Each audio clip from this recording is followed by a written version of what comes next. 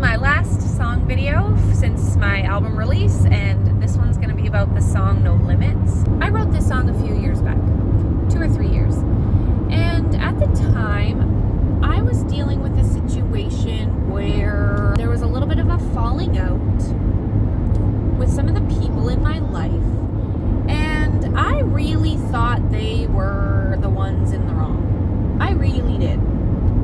They really thought that I was in the wrong. And I think we get into that position a lot in our lives, where you think, like, I've looked at this thing from a million different angles, and I'm pretty sure that I'm right on this. And they're doing the exact same thing. It's almost like we're at an impasse. You know, there's no really where to go from there. And a lot of relationships get ruined that way. And then after COVID, I thought, holy smokes, like, this song could have some impact, because, man, some relationships were seriously damaged over COVID. Some families ripped apart. Friendships definitely ripped apart. And I always thought to myself, like, man, is this COVID thing worth it? Is it worth it to ruin all of our relationships because we feel so strongly about something?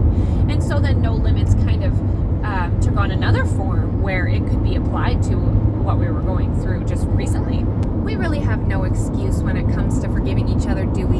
You know, if you are a Christian, especially, if the Lord forgave you and has wiped clean your slate and has invited you into heaven with Him, He says that we need to do that for other people. We need to be forgiving other people, because imperfect people need to forgive imperfect people. And we can, I believe by the grace of God. I know other people believe we can do it on our own strength. I don't believe that. Maybe you do. But we can, by the grace of God, overcome our differences and look at each other with compassion. The world needs it.